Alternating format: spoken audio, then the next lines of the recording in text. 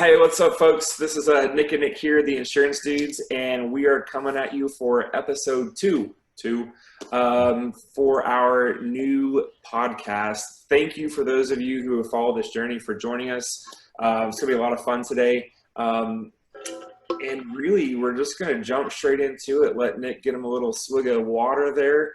Sorry. And man, I'm really excited about this. So we had some good engagement on our last video. And looking forward to building that, obviously, building the channel up, building our engagement, building our viewership, and just in general, having some fun with this thing, man. Absolutely. To what Nick said, we have officially started a new channel, which is where you're viewing this now, even if you came from Facebook or any of the other places where we're posting the video. But I mean, I share Nick's sentiment. I mean, we've been doing this for going on a couple of weeks now, and it's really morphed into something that's pretty awesome. Like you said, we've gotten some really good engagement. It's been fun. I think for me it was always about let's document, let's tell people what our experiences are, and if we can reach one person and it changes their lives, I feel that we've in a sense done our jobs. And so just blessed to be here, stoked to be here, and ready to chat about setting goals and going above and beyond and doing things that other people aren't doing, right? Who is stoked to talk about insurance? Woo! Insurance. All day, baby. All day. Yes. I mean, I'm the same. I could sit and talk about it for hours, and then, you get people that are just like, okay, this is over my head or whatever it may be. But yeah, man, goals, they're important. My take on it is what are you doing every day? Yeah.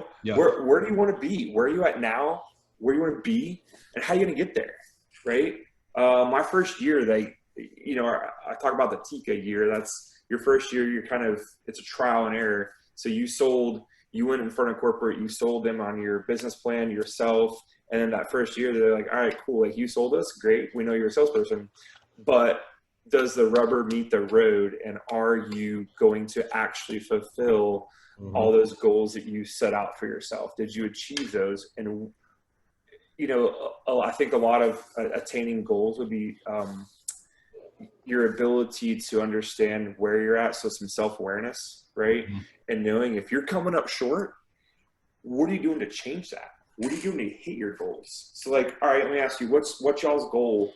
I think you break it down into weeks. Like, what's your goal every week? What do you want to write as a producer? Personally or as an office? Well, I know you have an office goal, and then where do you fit into that office goal?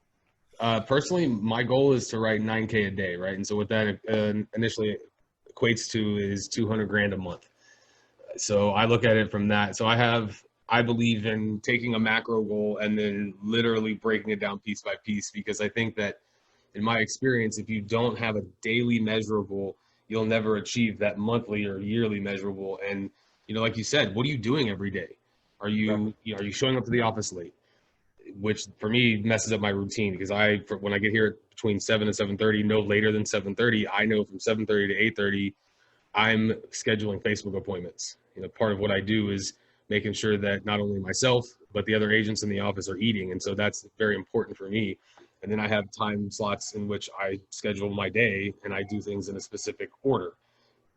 If you can't set a measurable goal, you'll never be able to break it down, readjust, and try something different. We talked about this the other night, and the definition of insanity is doing the same thing over and over and over again and expecting different results. Now, you can do the same thing over and over again, but you have to tweak specific tasks or specific items within those actions. You need to post on Facebook every day, but you need to change up how you're doing it. Right. You know what I mean? So it's all about being consistent. I think that's one of the biggest things for me is, when I'm in the office, what am I doing? How am I measuring it? And I don't stay until I fix that, or at least when I finish. Have you heard of let me ask you questions. Do you know what the difference between a goal and a desire is? Well, I mean, me personally, I have what I would think it'd be, what the difference is, but I'd love to hear, where you're going with this. So goals versus desires, right? So you get married and you probably both set out to have a successful marriage. Mm-hmm. Okay. Those that desire to have a successful marriage and those with a goal of having a successful marriage, I guess your end game is the same, and that you want to have a successful marriage. Mm-hmm. However, when you desire to do something, right? I desire to write 200K a month, 9K a day, or my goal is to write 9K a day. A desire, I could desire to have the best marriage that I want, but it's dependent upon not only me, but my partner, my spouse. And if they don't want that same thing, then we're never going to get there. So a goal is something that you can directly control. And so your goal, right? So like the agency wants to write, $40,000 in monthly PNC premium. That's a desire, okay?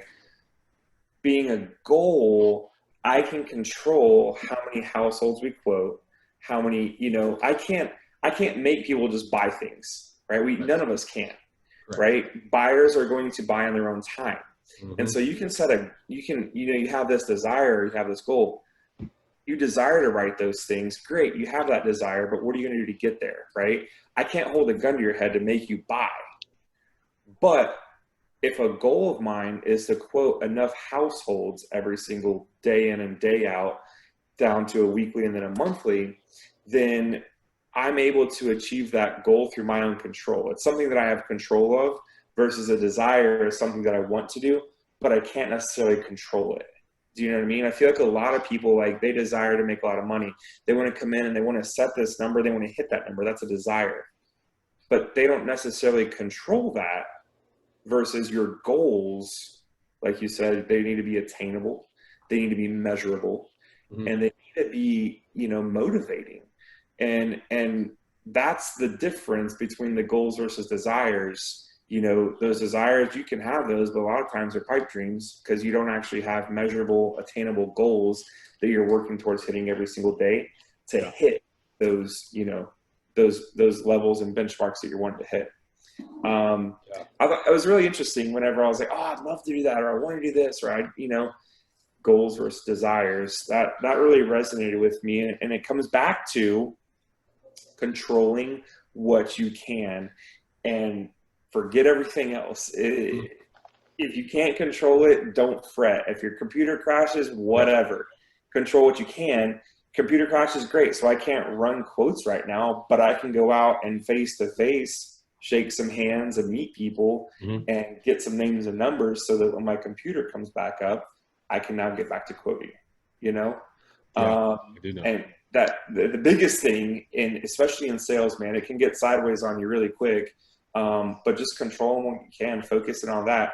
I can't make 10 people buy, but I know if I quote 100 people and I have a 10% closing ratio, my 10 people are going to buy. Yep. Right. Absolutely. And so that to me is one of the biggest takeaways I have, for the goal piece is just putting them out there. And what are you doing every day to attain that?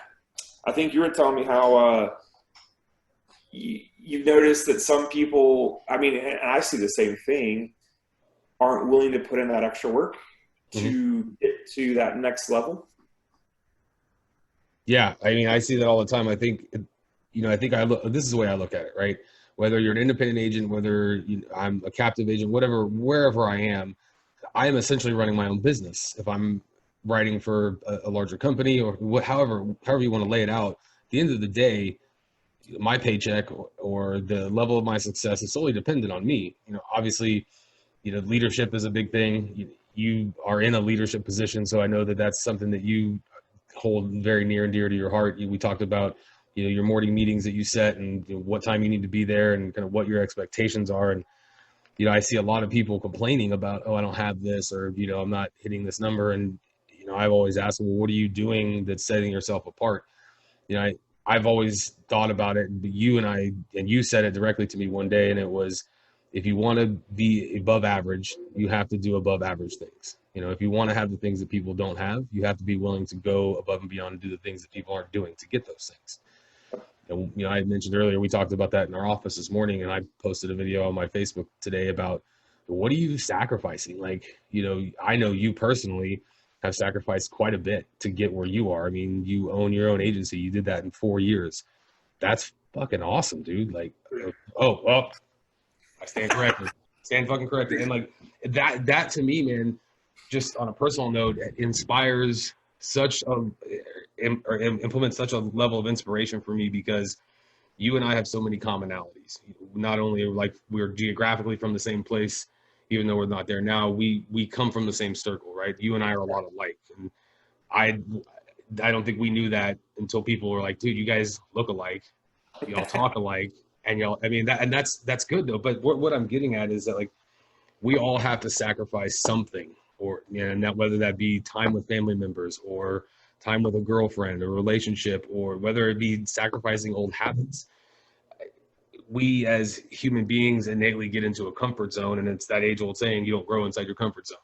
Mm-hmm. And I just see a lot of people not willing to change their habits, and whether that be, what time they get to the office, the goals they're setting, what they're eating for lunch, what they're putting in their bodies. I mean, all these things affect you. And if you're not willing to garbage out.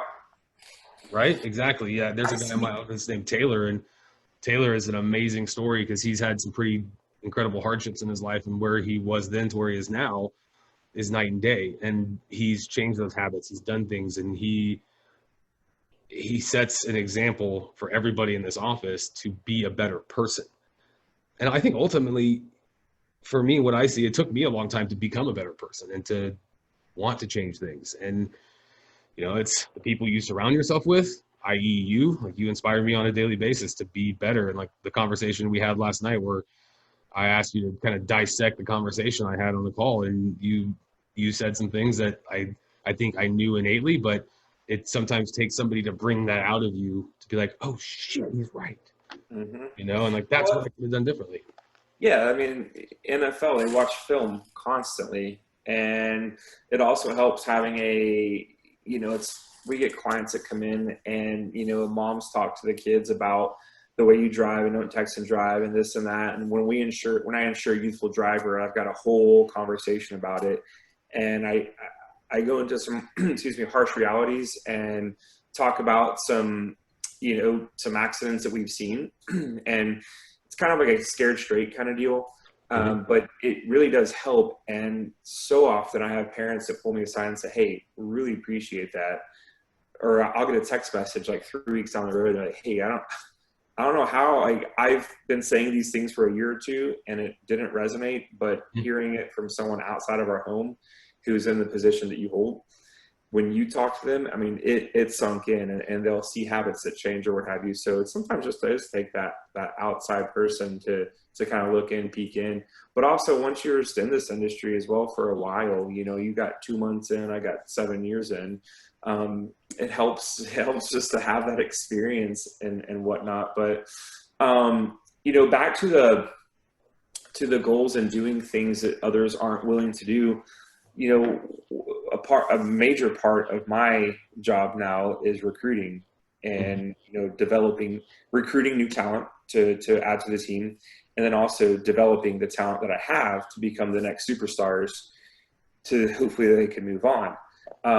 And man, far too often I see that people are not willing to take a step back to take an infinite amount of steps forward. It's like, hey, you might be making that $75,000, $80,000 a year, $60,000 a year. You're rocking this thing, and I'm offering you like a $50,000 a year position, and you're like, whatever. I'm doing so much better now.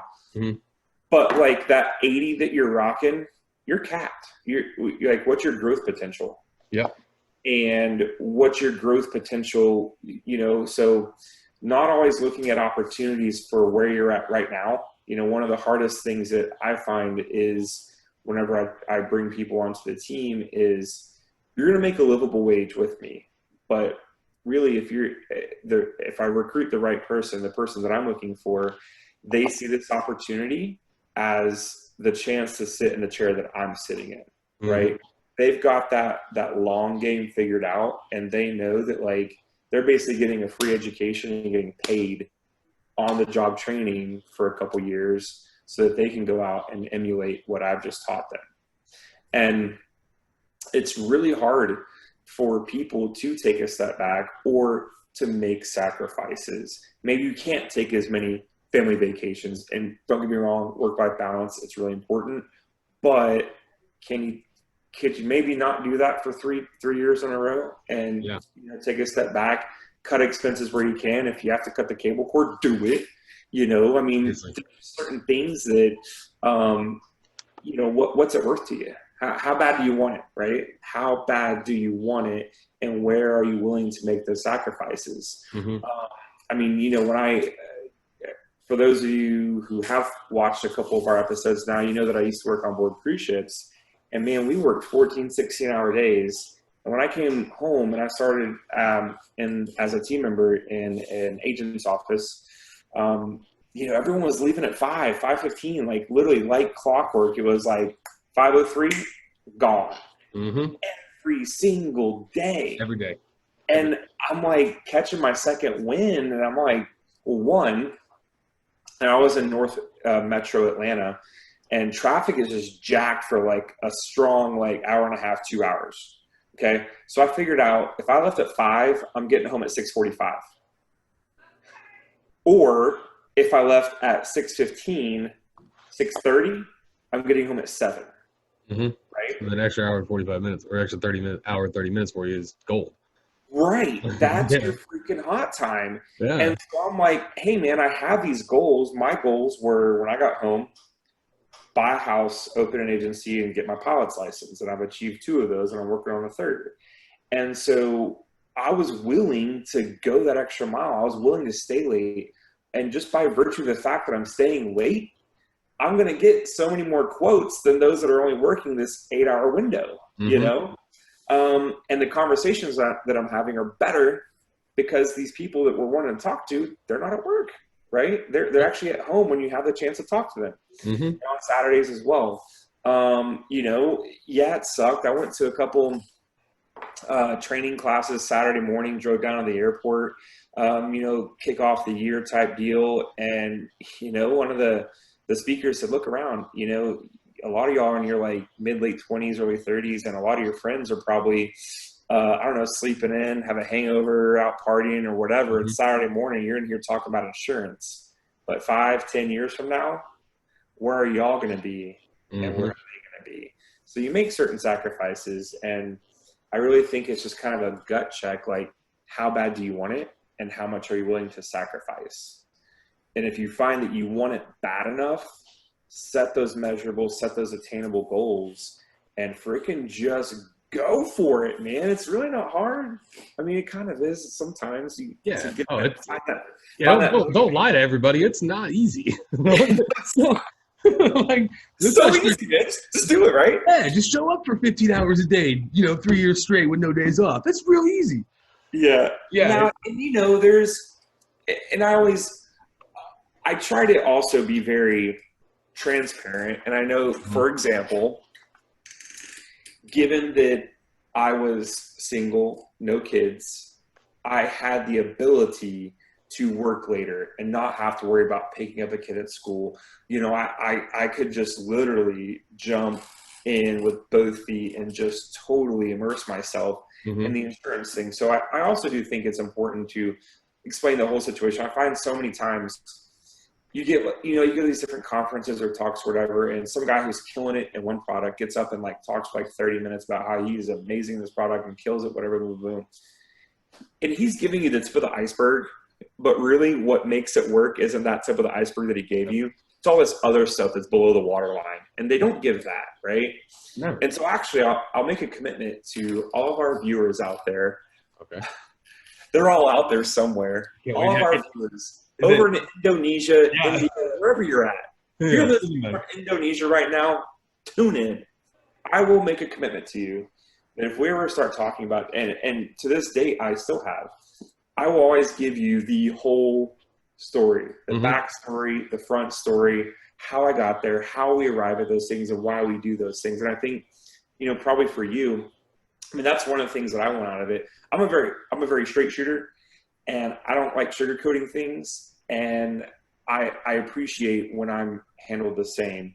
And Hmm. so that's one of the things that I want out of this is whenever we talk about what's working, all right, that's cool, what's working, but like, what are those other things that you're also doing to make sure that that works, right? Like, Yeah. and I don't mind giving out my secrets because, like your boy Gary Vee says, you could have every single answer, you could have every single silver bullet out there. Someone could literally tell you how to do everything to be successful. Most people won't execute. They Yeah. fail to execute. You can have every answer out there and you will still fail because you don't execute. You don't go above and beyond and do what it takes to actually make it happen, right? So, did I gotta say something. So on the the note of transparency, that was my biggest failure coming into this office, right? Which why for me it took so it took me 3 weeks to issue my first piece of business. And it was because my previous success was my ultimate failure. And by that I mean I thought I knew everything. Like I heard Perry pitch and I'm like, oh, that's easy. I got this, And so I was not as dedicated to learning my craft as I should have been because I wasn't at the time. I was in this mindset of not necessarily victim, but like, oh, I'm going to kill it here anyway because it's who I am. But Right. you also have to take that away and say that I'm not special here at all. And I'm not special in this world. I'm not better than anybody. I get the same 24 hours as you do. How do you use it? And what are you doing in that time frame? Something that, and so anyways, but again, on the, the note of being transparent, like if you're not willing to strip your ego out of it, and, Perry sat me down in his office probably two and a half weeks ago, and I was just having you could tell I wasn't writing what I should have been. And so he pulled me aside. He goes, I listened to one of your phone calls. He goes, you're a badass, right? And I was like, well, yeah, duh. Fuck yeah. He was like, but do you believe it? And I was like, and I started thinking, he was like, I'm going to shoot something at you and you tell me what you think. I'm like, okay, come on. He goes, your level of optimism and positivity is bar none the best in this office. However, that to me is a sign of your inward pessimism and your doubt. And I was like, holy shit, you're fucking right. Because I was going throughout my day, not spending time learning the things I needed to learn to be successful on the phone, then therefore creating doubt within myself and then not doing my job as meeting the expectations that I had set for myself. And as a cover to It's mask optimism. that, Yep. you're like over the top positive. Yep.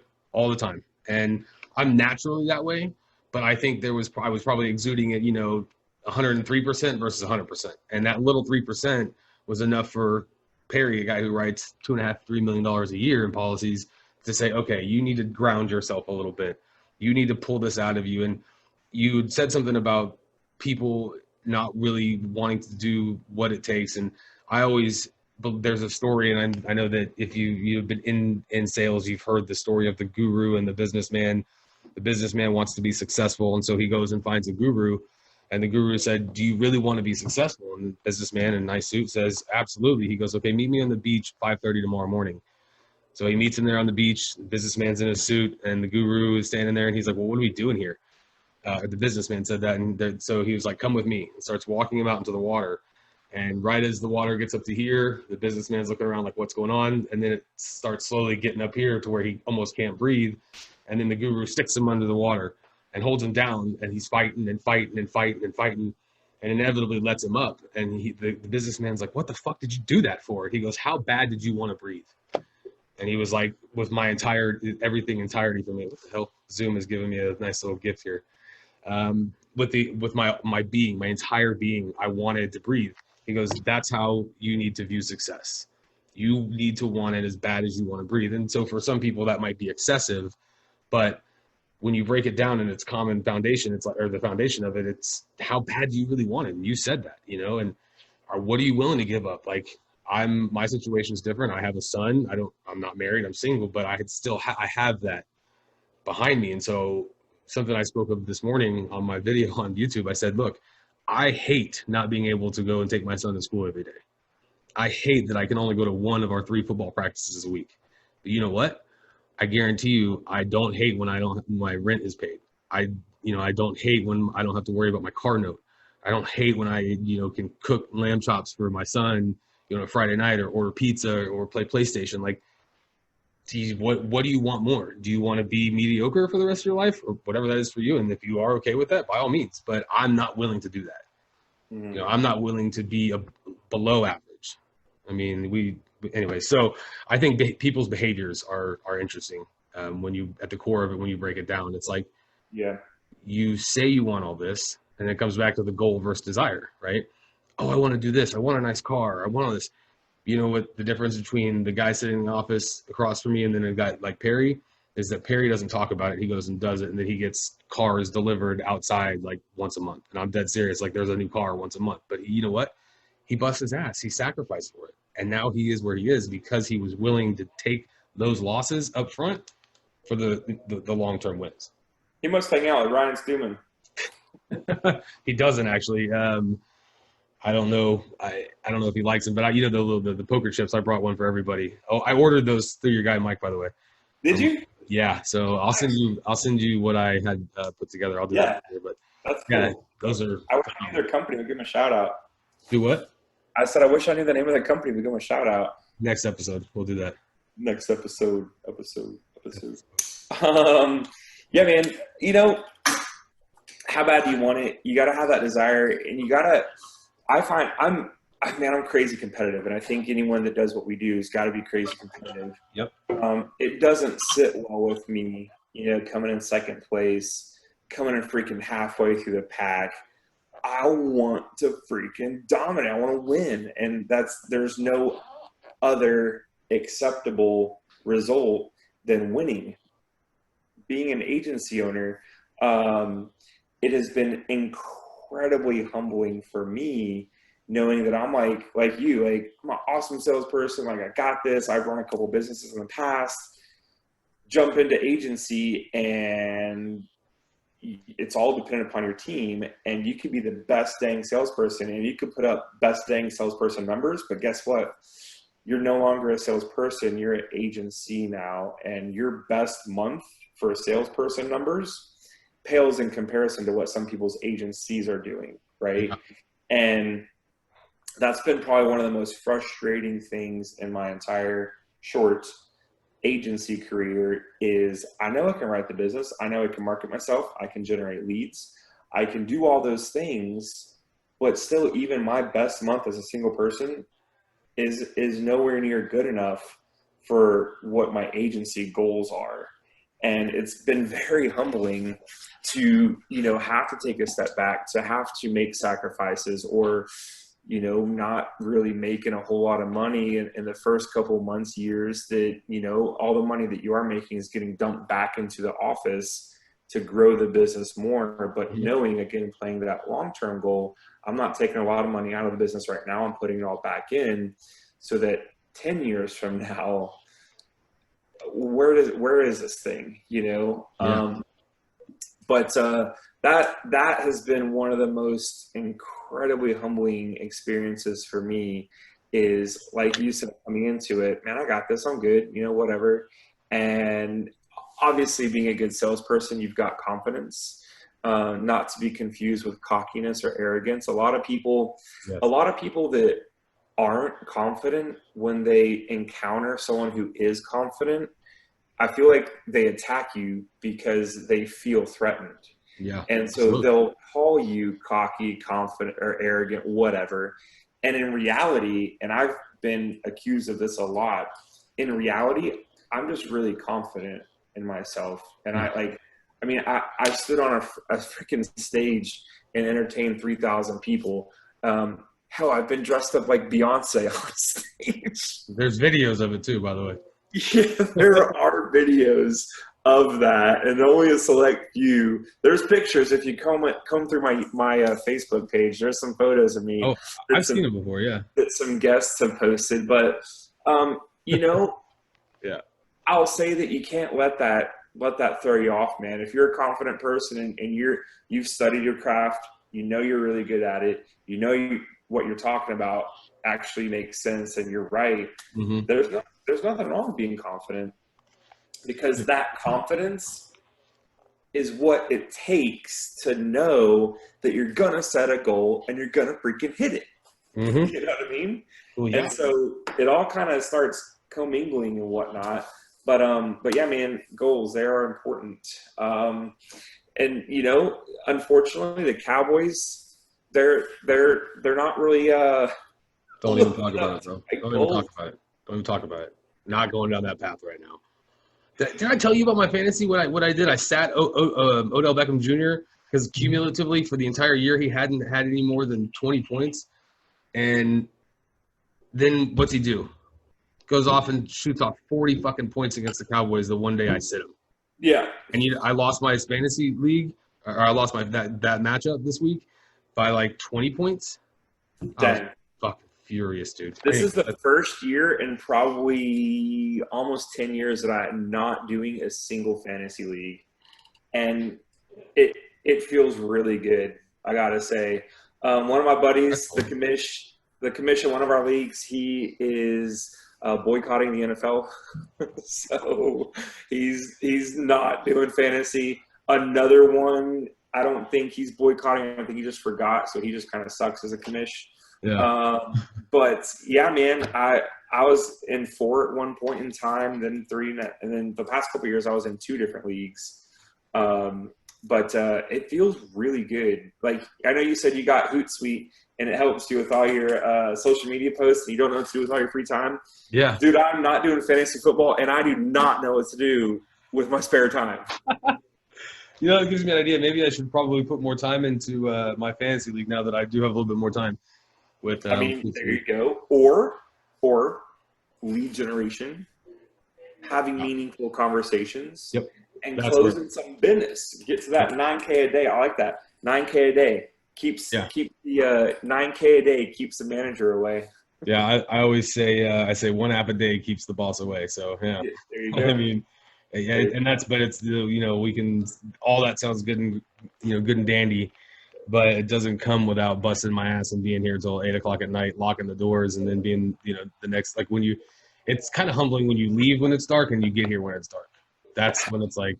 I just told the team that yesterday. Yeah, but you know what? I mean, I'm all right with it. Like Ray downstairs, the guy who the security guard. Every time I walk in, he's like, "Good morning, Nick. How you doing?" I'm like, "Man, I am blessed and highly favored. How are you today?"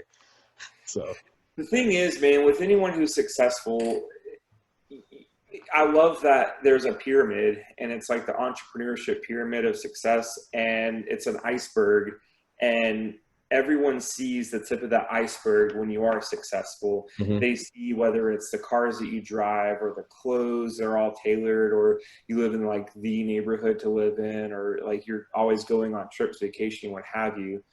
All they see is that success. They don't see when you're working from dark to dark. They don't Yep. see when you're in the office on Saturdays or you're texting clients at 6:45 in the morning because someone just reached out to you. They Yeah. don't see all of those things, but then they like to look down their nose at you once you've experienced that success. You Mhm. know, Mhm. there's so much crap that goes into it. I mean, hell, Elon Musk, hate the guy, love the guy. That dude was like broke on his last leg and decided to bet the freaking farm and they made it work. He's Mhm. grit.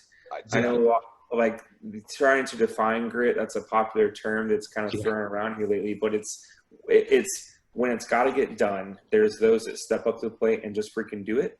Yep. And then there's those that accept failure. And what's funny, I don't know if I told you this or not. I always, when I get new salespeople in the office, I tell them when you're making these calls, you have a license, so you drive the conversation. Yeah. And I love either that quote. I love that. either you are selling them your policies and you're going to make money, and if you're not selling them, you're buying what their excuses as to why they will not buy.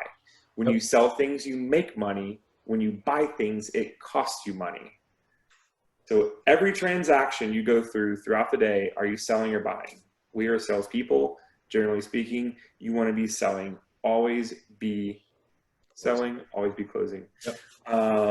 but yeah, man, that's you're always selling something, whether it's why you should be able to get a refund 6 months past the refund date. I don't know, whatever. Um, but yeah. So how are we doing on time, man? I have no idea. I realized my phone was on and I got a bunch of notifications coming. I was like, stop. I think we're at about 20 minutes. So I think we should probably start wrapping things up. Yep, it's always a good idea to wrap it up. Yeah, exactly. Yeah, or you'll end up with children like me. Um, just one. One thing you said, and grit, grind. Everybody has their own definition. I always tell people, I don't care how busy you think you are, it's how productive are you being. I can be busy just for the sake of being busy and look like I'm doing shit. But at the end of the day, I mean, the results are going to really amount to what type of work and the amount of work you're putting in. And if you just accept failure, then that's okay. We're not, I'll be the first person to tell you that, whatever you do take from all of this, whoever's watching, I hope that you understand that these are our personal experiences. This is what what we do and how we do it. And I personally hope that that inspires you to take some sort of action for change, whatever it's, changing, the fact that you don't smoke anymore. Like I haven't smoked cigarettes and I can't tell you how long because I smoked this little fucking thing. And that was for me a huge change. Like Is I that a realized, USB? Is that a USB drive?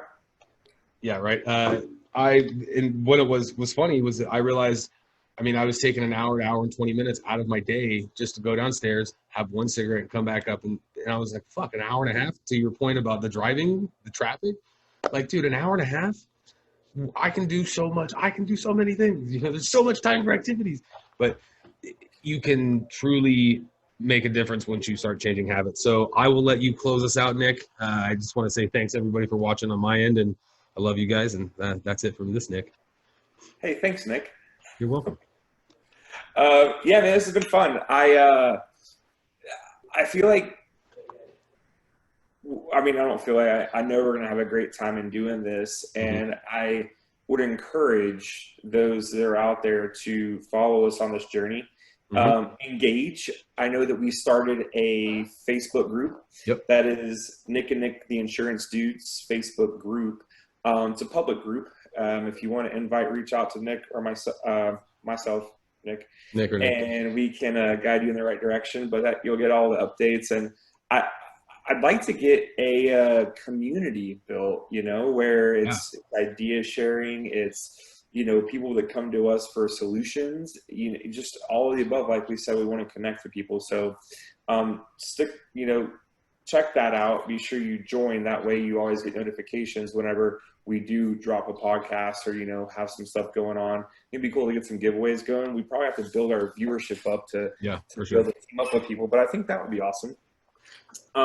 Yeah, we got to make sure people are subscribing, people are sharing.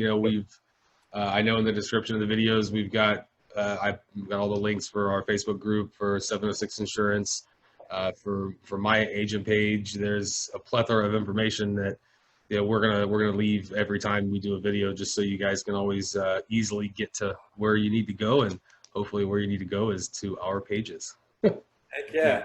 But man, this has been fun. Like I'm looking forward already to it next week, and it's not even the end of this week yet. But we'll definitely let everyone go. If you have any questions, feel free to reach out. Otherwise, go out there, set some goals, crush those goals, and be motivated. Absolutely. All right, man. Take it easy. Later.